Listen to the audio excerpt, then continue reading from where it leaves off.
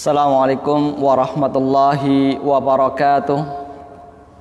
Alhamdulillahi rabbil alamin. Ashhadu an la ilaha illallah wahdahu la syarikalah.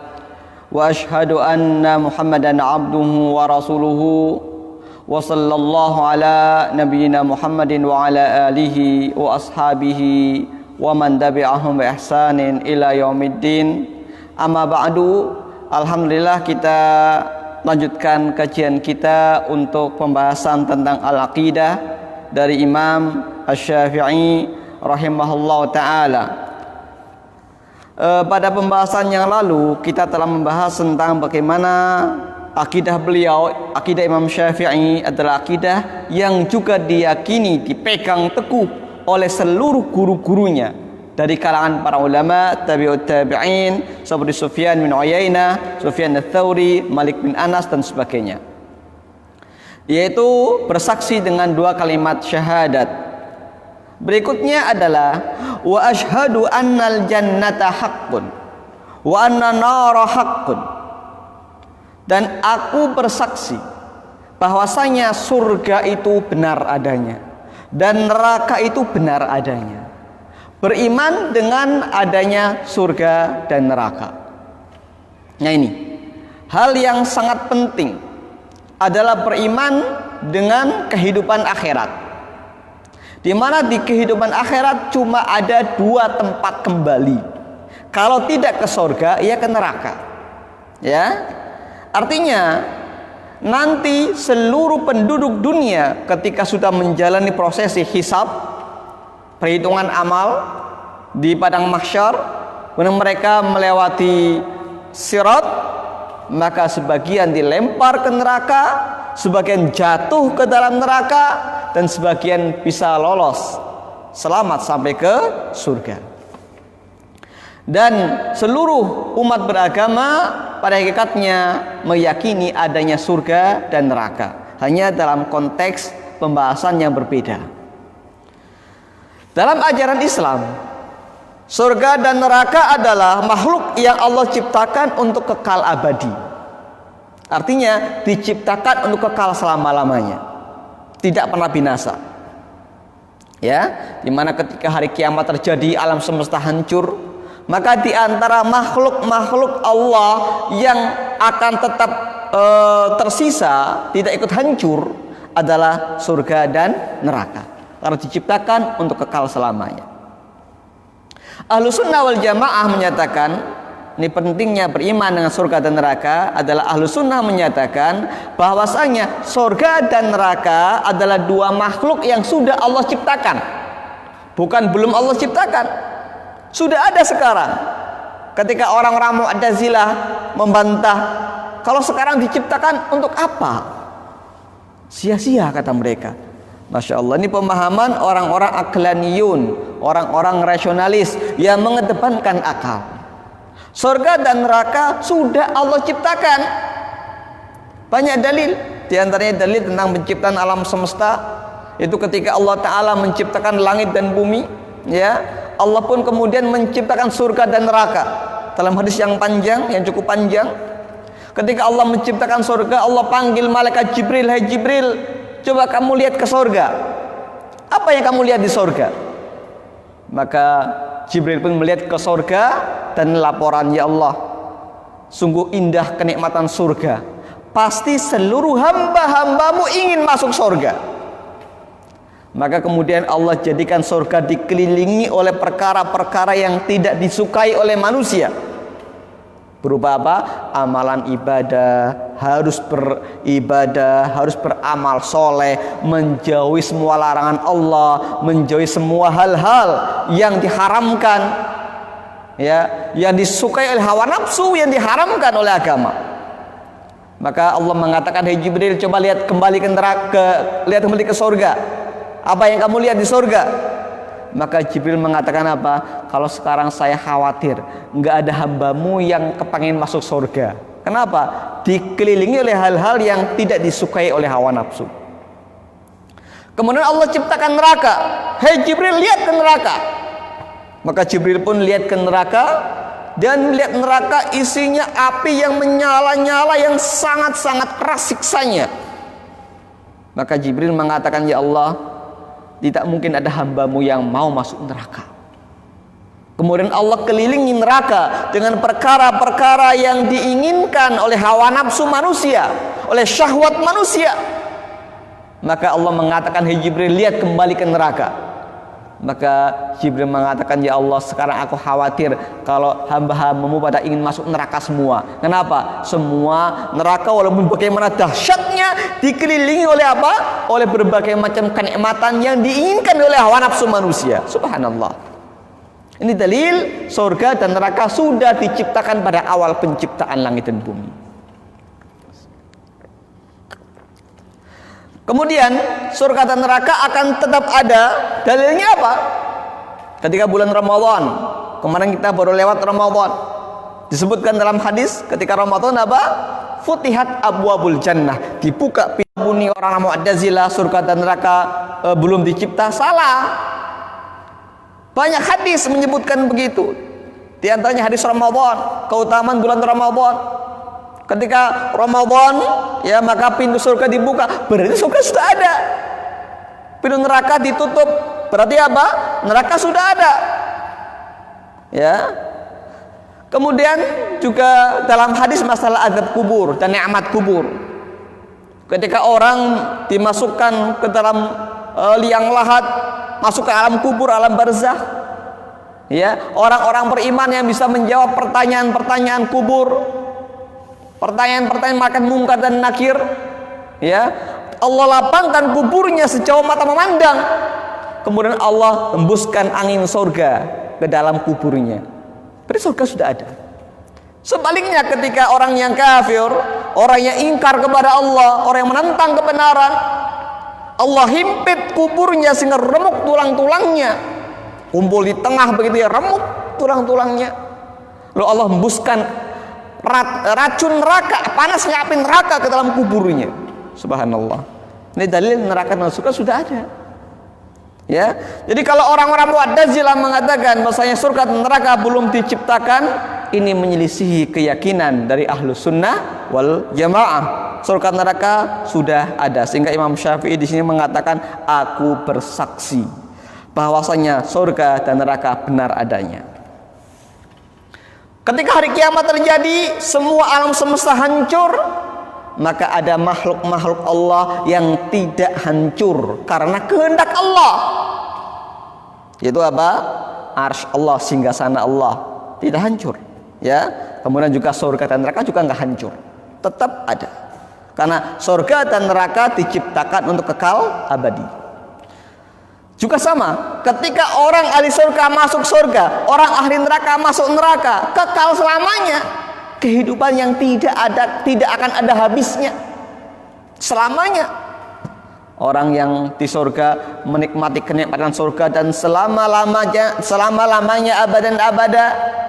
Yang di neraka, selain orang-orang mukmin yang masuk neraka, kalau orang mukmin masuk neraka, mereka bisa diangkat ke surga karena imannya, ya, setelah dicuci dosanya dalam neraka. Kalau orang yang kafir, yang ingkar kepada kebenaran, mereka masuk neraka dan kekal selama-lamanya dalam neraka, kekal selama-lamanya.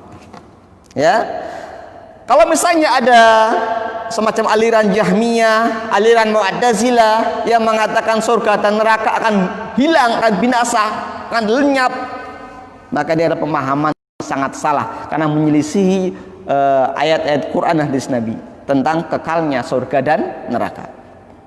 Nah, karena bagi mereka seperti orang-orang Jahmiyah atau orang-orang Mu'tazilah mengatakan, kalau mengatakan surga dan neraka kekal abadi, berarti ada yang menyaingi kekalnya Allah. Ini nggak mungkin, kata mereka. Allah nggak mungkin disaingi. Iya, Allah nggak mungkin disaingi. Surga dan neraka kekal, iya. Tapi kekalnya surga dan neraka bukan menyaingi kekal dan kekal abadinya Allah Ta'ala, tidak. Loh, kenapa? Karena kekalnya surga dan neraka serta penghuni surga dan neraka, mereka kekal selama-lamanya dikarenakan apa? Karena kehendak Allah. Jadi kekalnya mereka karena kehendak Allah. Allah yang menghendaki mereka kekal. Ya. Jadi orang Jahmiyah mengatakan surga neraka akan hilang, akan lenyap. Ini pemahaman yang menyelisih Al-Quran dan Sunnah. Atau seperti pemahaman orang-orang Mu'tazilah, nanti pada batas waktu tertentu penduduk surga dan neraka akan diam seperti patung. Itu ada pemahaman yang salah, pemahaman yang menyelisihi dalil, ya. Karena seluruh penghuni surga akan terus menikmati nikmatnya surga. Demikian pula dengan penghuni neraka, abadan abada, selama-lamanya mereka masuk neraka dan disiksa dalam neraka. Na'udzubillah min dzalik. Ini keimanan Ahlus Sunnah wal Jamaah tentang surga dan neraka, ya. Wa anna as-sa'ata atiyah la raiba fiha. Dan hari kiamat itu pasti datangnya. Tidak ada sama sekali keraguan padanya. Hari kiamat pasti terjadi. Seluruh umat beragama meyakini akan terjadinya hari kiamat, terlebih-lebih agama Islam. Hari kiamat itu dan tanda-tandanya, tanda-tanda yang alamatul sughra, tanda-tanda kecil, maupun alamatul kubra, tanda-tanda besar dari kiamat dijelaskan dalam Al-Quran dan hadis. Ya. Nah, hal yang penting di sini adalah betul hari kiamat kita nggak ragu. Tapi jangan sampai kita terpedaya oleh para peramal, para ustadz peramal yang mereka itu suka meramal, padahal Rasul saja nggak bisa meramal hari kiamat kapan terjadi. Ada beberapa orang yang ngaku-ngaku ustadz meramal hari kiamat terjadi tahun 1500 Hijriah. Ini adalah kebohongan.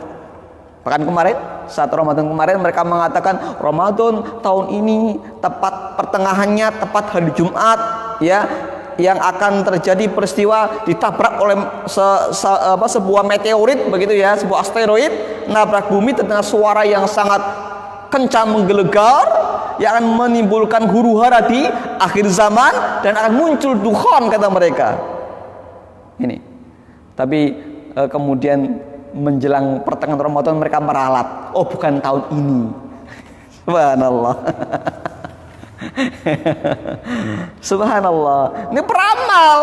Mereka berarti berjibaku ya, menentukan, memastikan kiamat tahun berapa, dukhan tahun berapa, keluarnya Imam Mahdi tahun berapa, ya. Subhanallah, ini bohong semuanya itu. Yang tahu hanya Allah, ilmunya hanya Allah yang tahu kapan dukhan akan terjadi, ya.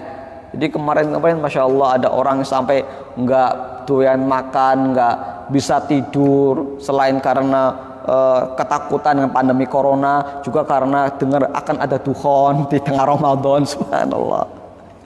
Ini ustadz-ustadz yang meresahkan, yang sebenarnya mereka bukan ustadz tapi peramal yang mengaku ustadz. Maka kita harus hati-hati, jangan sampai tertipu oleh gelar-gelarnya.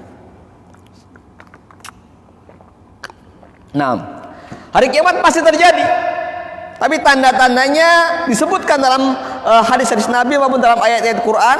Tapi kapan pastinya hanya Allah yang tahu. Kapan dukhan akan terjadi, kapan kemudian Dajjal akan keluar, begitu ya.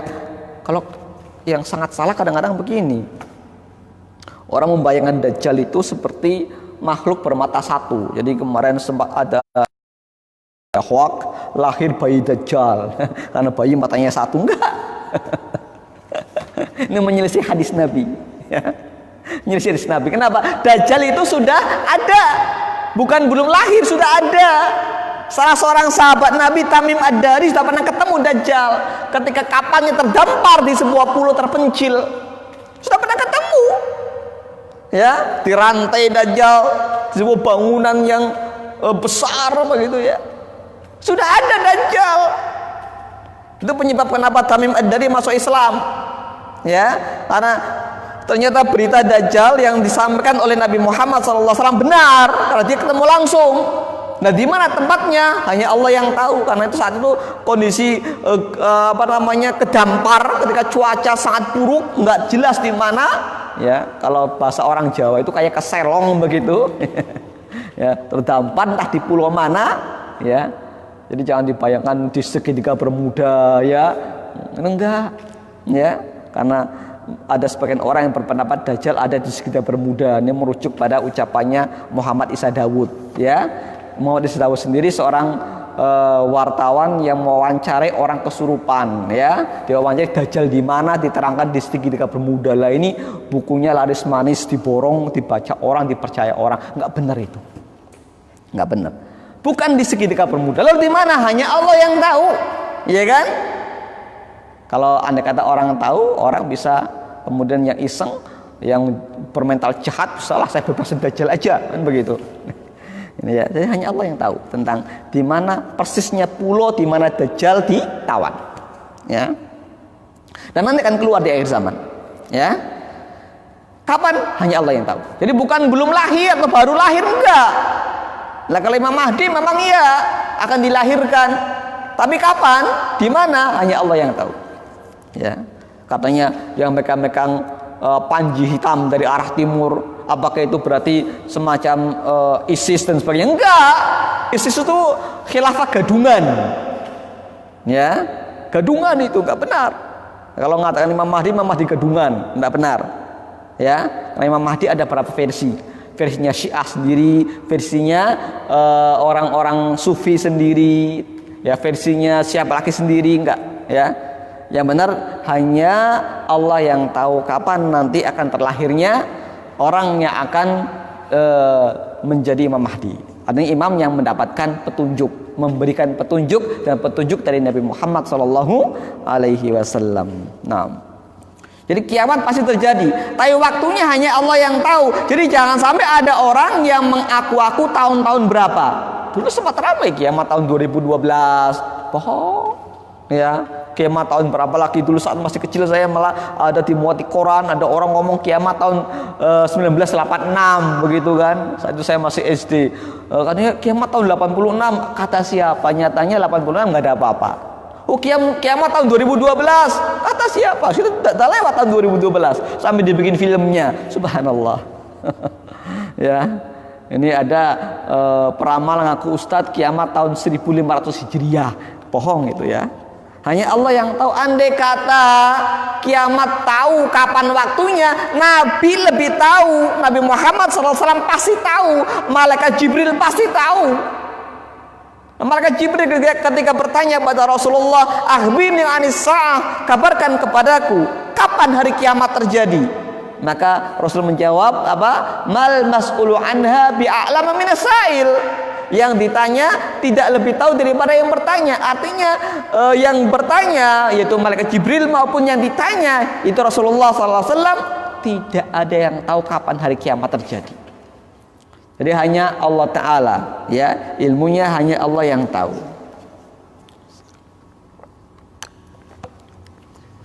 Wa anna Allaha yab'atsu man fil qubur, dan Allah Ta'ala akan membangkitkan siapa saja dari dalam kuburnya, dari alam barzah. Dibangkitkan dari alam kubur, dibangkitkan di alam barzah, alam penantian setelah seorang mati. Maka dia tidak langsung surga dan neraka, dia menunggu dulu kapan kiamat terjadi. Nah, inilah alam barzah yang menjadi dinding pemisah antara dunia dengan akhirat nanti, ya. Penantian, alam penantian, ya. Maka nanti pada hari kiamat orang akan dibangkitkan dari kuburnya masing-masing sesuai dengan amal solehnya. Beramal soleh, yang beramal kebaikan dibangkitkan dengan wajah yang bercahaya. Tapi orang-orang pendosa, banyak dosanya, banyak melakukan kemaksiatan, muka yang hitam muram. Tafsirkan yauma tabyadu wujuh istri, maka Ibnu Abbas menafsirkan mereka lah ahlu sunnah wal jamaah. Mereka hari kiamat dalam keadaan wajah putih berseri-seri. Kemudian yauma tabyadu wujuh, yauma taswaddu wujuh, hari di mana wajah hitam muram, hitam. Ibnu Abbas menafsirkan hum ahlul bid'ati wal furqah. Mereka lah orang-orang ahli bid'ah yang suka memecah belah umat. Nah ini, ya, mereka bangkit, orang-orang yang suka berbuat dosa, suka berbuat maksiat, bangkit dalam keadaan wajahnya hitam muram tanpa cahaya, ya, naudzubillah. Dibangkitkan walaupun badannya hancur. Misalnya orang yang mati kena bom atau kebakaran, hancur badannya atau dikremasi, ya, hancur tubuhnya oleh api dibakar, tetap akan kembali utuh. Ya, atau orang yang matinya dimakan hewan yang buas, ya, ada berapa ekor, misalnya orang mati dimakan misalnya, pun akan bisa dibangkitkan. Apa sulitnya bagi Allah? Jangan sampai kita terpedaya oleh orang-orang dari kalangan kaum musyrikin yang mereka mengatakan bagaimana ketika tubuhnya dicabik-cabik oleh binatang bangkitkan. Sangat mudahnya bagi Allah. Kita dulu tercipta dari apa? Setetes air mani, ya, yang kalau kita lihat bukan setetesnya tapi lebih kecil lagi, satu butir sperma yang nggak kelihatan dengan mata biasa, harus pakai mikroskop yang membuai sel telur, ya. Sangat kecilnya kita saat awal penciptaan kita, bisa Allah, ya. Kenapa mengurangi penciptaan Allah nggak bisa, ya? Nah ini beriman pada setiap orang, semua orang yang mati pasti dibangkitkan dari kuburnya, ya, semuanya. Wa uminu bi jami'i ma ja'at bil anbiya, dan kita beriman dengan semua apa saja yang datang, ajaran-ajaran yang dibawa oleh para nabi. Kita beriman dengan seluruh para nabi. Kenapa? Ajaran seluruh para nabi dari mulai Nabi Adam alaihissalam sampai dengan Nabi Muhammad SAW semua sama, ajarannya tauhid, mengajak kita beriman kepada Allah, menjauhi kesyirikan, menjauhi perbuatan menyekutukan Allah. Kita beriman dengan semua ajaran, karena dalam masalah akidah sama. Ajarannya Nabi Nuh, Nabi Saleh, Nabi Ibrahim, Nabi Lut, Nabi Ismail, Nabi Ishaq, semua nabi dan rasul ajarannya dalam masalah akidah, dalam masalah keimanan sama, nggak ada perbedaan. Makanya itu ketika rombongan sahabat Nabi melakukan perjalanan dalam rangka ekspedisi, ya, dalam rangka sebuah ekspedisi, mereka menjumpai di sebuah perkampungan ada sebuah goa yang di situ ada sesosok jenazah yang terbujur seperti orang tidur, padahal sudah mati ratusan tahun umurnya. Jenazah tadi sudah ratusan tahun umurnya, dan jenazah tadi mati sambil mendekap sebuah kitab suci. Orang-orang daerah tersebut menyebutnya dia adalah Daniel, ya, atau Nabi Daniel. Maka segera sahabat Nabi yang tahu bahasa setempat segera diambil kitabnya, dibaca, dan isinya ajarannya sama seperti ajaran Quran, berisi ajaran tauhid. Ini misal, karena Nabi Daniel termasuk nabi yang enggak disebutkan dalam Al-Quran, tapi ditemukan dalam ekspedisi para sahabat Nabi. Ini di antaranya. Artinya apa? Ajaran Nabi dan Rasul, baik yang disebutkan dalam Al-Quran maupun yang tidak disebutkan dalam Al-Quran, seperti kisah Nabi Daniel tadi yang ditemukan oleh sahabat Nabi, jenazahnya, isi ajarannya sama dengan Al-Quran, mengajarkan tauhid. Yang beda apa? Syariatnya, cara puasanya, cara sholatnya, cara ritual ibadahnya yang beda. Tapi ketika kita bicara masalah akidah, bicara masalah keimanan, semuanya sama, nggak ada bedanya. Ya, maka kita beriman dengan semua ajaran Nabi dan Rasul. Wa aqidu qalbi ala ma wahara min lisani, dan aku ikatkan hatiku pada apa yang tampak dari lisanku. Artinya apa? Hatiku, ya, aku ikatkan kepada lisanku. Apa artinya? Apa yang diucapkan oleh beliau Imam Syafi'i adalah juga apa yang diyakini oleh hatinya. Ya, tidak seperti orang-orang munafikin. Ya, ucapannya apa, hatinya apa. Ya. Kenapa demikian? Wala asyukku fi imani, dan aku tidak ragu tentang imanku. Ini permasalahan yang sangat penting, seputar perselisihan di antara kalangan Syafi'iyah dengan Hanafiyah, di mana sangat-sangat populer di dunia ini ya adanya perselisihan antara orang-orang yang muta'assib, yang fanatik kepada mazhab Syafi'i dan mazhab Hanafi. Di mana orang-orang yang fanatik pada mazhab Hanafiyah mengatakan haram hukumnya menikah dengan Syafi'iyah. Kenapa? Karena Syafi'iyah ragu dengan imannya. Kenapa? Karena Imam Syafi'i membolehkan istisna fil iman, ya, istisna fil iman. Apa istisna fil iman? Mengatakan saya mukmin insyaallah. Ini Imam Syafi'i, ya. Dan ini juga ajaran mayoritas seluruh ulama ahlu sunnah mengatakan istisna fil iman, termasuk sunnahnya kalangan ahlu sunnah. Saya mukmin insyaallah. Lalu oleh kalangan Hanafiyah dituduh ragu. Berarti Syafi'iyah ragu dengan imannya. Berarti mereka belum yakin dengan imannya. Berarti hukumnya mereka masih belum beriman dengan benar, maka haram menikah dengan Syafi'iyah. Subhanallah. Ini beberapa fanatik, kalangan yang fanatik dari kalangan Hanafiyah, mereka sampai mengeluarkan pernyataan haramnya menikah dengan Syafi'iyah. Jadi wanita Hanafiyah nggak boleh menikah dengan laki-laki Syafi'iyah karena hukumnya seperti ahli kitab, ragu, begitu ya. Padahal ini kesalahpahaman dari mereka-mereka yang fanatik.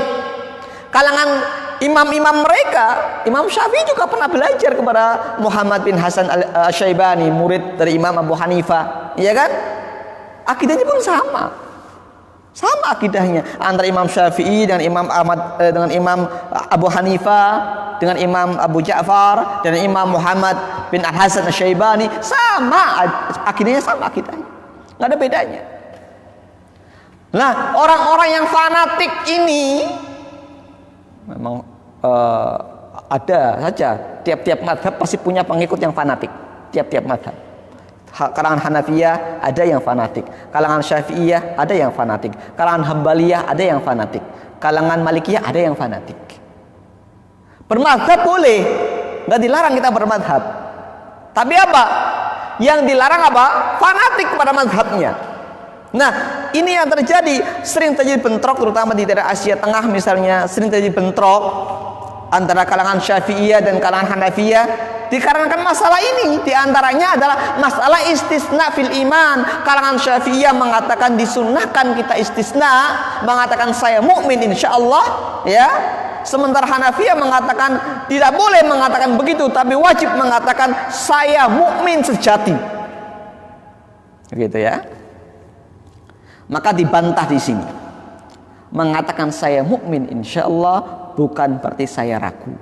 Karena saya ikatkan ya hatiku kepada lisanku dan aku tidak ragu dengan imanku. Ya, mengatakan saya mukmin insyaallah bukan bentuk keraguan.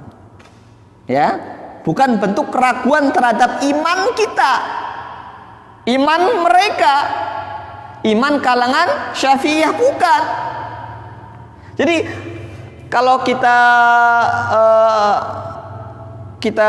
pakai bahasa kita, terjadi miskomunikasi sebenarnya antara orang yang fanatik dengan Hanafiyah dengan yang fanatik dengan Syafi'iyah, sehingga terjadi bentrok semacam itu, saking kerasnya bentrokan itu, ya.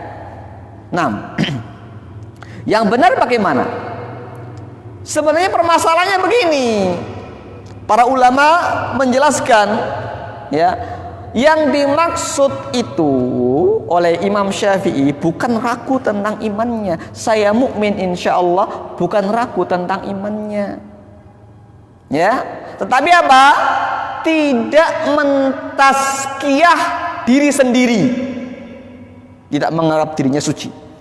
Wala tuzakku anfusakum, jangan kalian menganggap diri kalian suci, ya. Maka kalau mengatakan saya mukmin sejati, seakan-akan mentazkiyah diri sendiri, menganggap dirinya paling benar imannya, itu ya. Sehingga Imam Syafi'i mengatakan saya tidak ragu tentang iman saya, ya, tapi saya di sini tidak berani mentazkiyah diri sendiri, ya. mengatakan saya mukmin sejati, karena itu mengandung makna tazkiyah.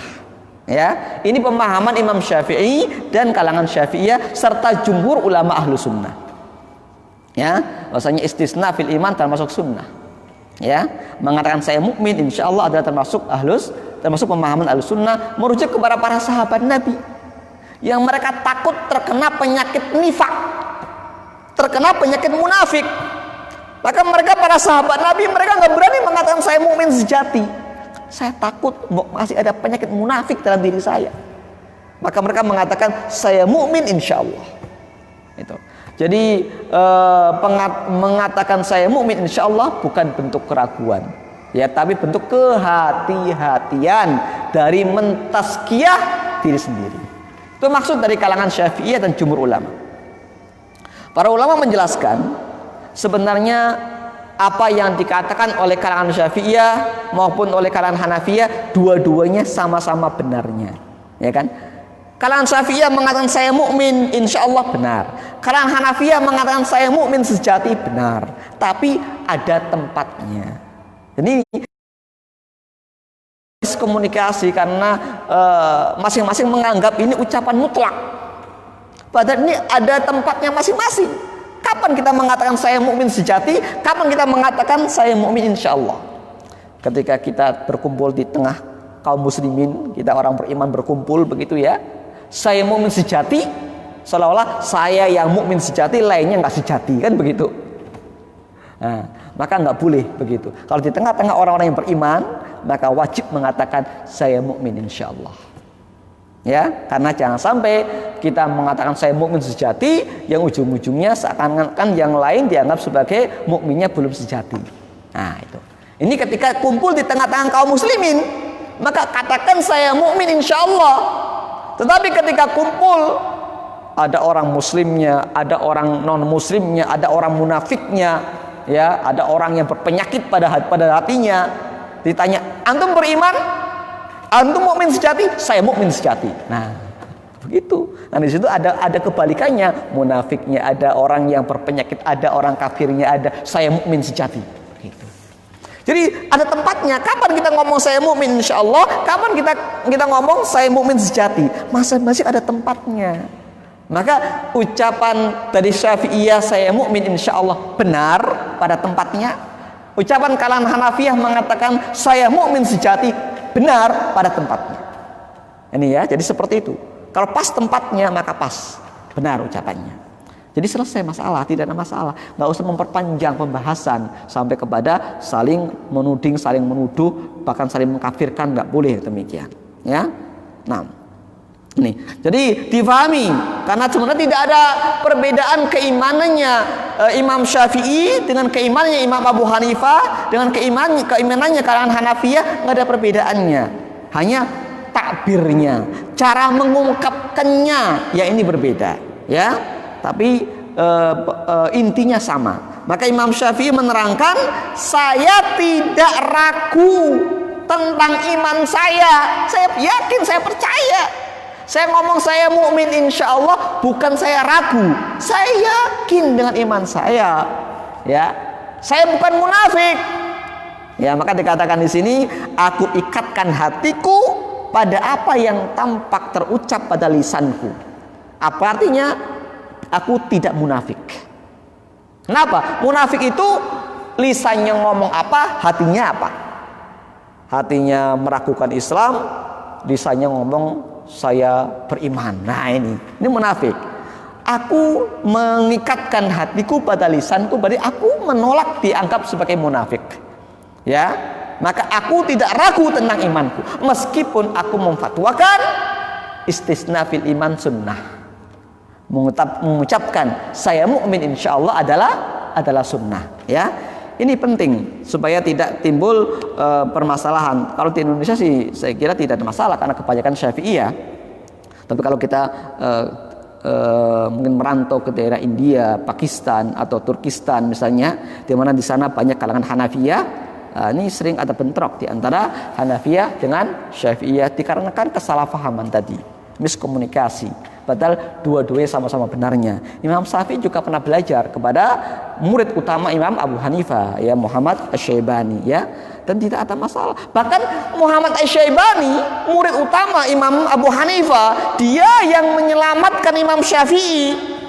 Jadi kasusnya ketika itu Khalifah Harun ar-Rasyid dan Khalifah Bani Abbasiyah ketika itu merasa terancam dengan gerakan-gerakan Alawiyah ketika itu. Jadi sama-sama Bani Hashim, ya keturunan Bani Hashim, tapi keturunannya Abbas atau Bani Abbas dengan keturunannya Ali, yaitu Bani Alawiyah. Ini terjadi ada gesekan, sehingga curiga nanti jangan-jangan Alawiyah mau mengambil alih kekuasaan. Maka akhirnya kalangan Abbasiyah banyak menangkapi orang-orang Alawiyah. Maka kemudian banyak Alawiyah yang lari ke Yaman, ya, yang lari ke Yaman, sehingga dikenallah Yaman sebagai pusat habaib, gitu kan. Gitu. Kalau ini nanti perlu untuk di cross check riwayatnya, karena ada beberapa pro kontra dengan riwayat ini. Tetapi penangkapan kaum Alawiyah, ya betul memang Khalifah Harun ar-Rasyid segera menangkapi orang-orang yang dianggap rentan membuat makar, mau menggulingkan Bani Abbasiyah, diganti dengan Bani Alawiyah. Ditangkapi dan satu persatu disidang terbuka, kemudian dihukum mati. Ketika tiba Imam Syafi'i, Imam Syafi'i kenapa ikut ditangkap? Karena Imam Syafi'i mengatakan seandainya membela ahli bait, ya, karena beliau melihat tindakan-tindakan Bani Abbasiyah yang kemudian menganiaya semena-mena kepada keturunan Alawiyah, beliau ikut prihatin, kok bisa demikian, padahal sama-sama keturunan Bani Hashim, sama-sama ahli bait. Kenapa harus kemudian saling membunuh hanya gara-gara masalah kekuasaan? Ya, maka Imam Syafi'i membela, ya, kalangan Alawiyah yang dizalimi, ya. Maka Imam Syafi'i dituduh sebagai tasyayyu. Apa tasyayyu? Dituduh terpengaruh pemahaman Syiah. Maka Imam Syafi'i menolak tuduhan tadi. Ya, saya hanya membela mereka, ya, bukan Syiah. Beda, Alawiyah dengan Syiah beda. Kalau Syiah memanfaatkan nama Ali, ya kan, untuk kebusukan ajaran mereka. Kalau Alawiyah ada keturunan Ali, baik dari jalur Husain, jalur Hasan atau jalur yang lainnya, ya. Nah, ketika itulah maka ditangkap Imam Syafi'i. Dan Imam Syafi'i ketika mau dibunuh oleh Khalifah Harun ar-Rasyid, tapi Imam Muhammad Asy-Syaibani melihat Imam Syafi'i, ya, orang yang lurus, yang hanif, ya, ulama kepercayaan umat, maka dengan alasan mau mengambil Imam Syafi'i sebagai muridnya, maka Imam Muhammad Asy-Syaibani minta agar Imam Syafi'i dibebaskan. Akhirnya Imam Syafi'i dibebaskan dari penjara, dibebaskan dari ancaman mau dihukum mati. Ya, kemudian Imam Syafi'i belajar kepada Imam Muhammad Asy-Syaibani rahimahullah taala. Ini kisahnya bagaimana Imam Syafi'i ditolong, dibela oleh Muhammad Asy-Syaibani. Dan Muhammad Asy-Syaibani sering diskusi. Jadi dalam pelajaran nggak cuma sekedar mendengarkan saja, ya, sering diskusi. Jadi Imam Syafi'i diskusi sama Imam, karena ada dua madrasah, saya kemarin cerita. Maksudnya Imam Muhammad Asy-Syaibani mewarisi gurunya Imam Abu Hanifah, itu madrasah ahli ra'yi. Sementara Imam Syafi'i mewarisi madrasah ahli hadis.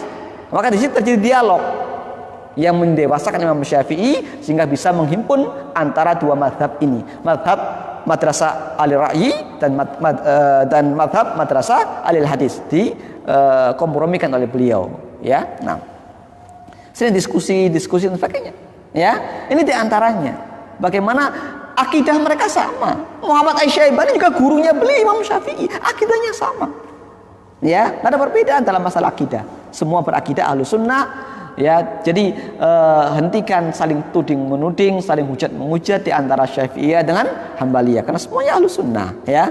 Kalaupun ada perbedaan kayak tadi dalam masalah istisna fil iman, semata-mata karena perbedaan takbir, cara mengungkapkan saja, intinya sama. Tidak boleh ragu tentang iman, tapi kehati-hatian, ya, dalam mentazkiyah diri sendiri sehingga menjadikan Imam Syafi'i mengatakan saya mukmin insyaallah adalah sunnah, ya. Ini diantara pembahasan kita untuk sore hari ini. Semoga bisa bermanfaat untuk menambah iman dan Islam kita. Insya Allah kita lanjutkan pada pertemuan minggu yang akan datang. Semoga bisa bermanfaat. Wassallallahu ala nabiyyina Muhammadin wa akhiru da'wana alhamdulillahi rabbil alamin. Wassalamualaikum warahmatullahi wabarakatuh.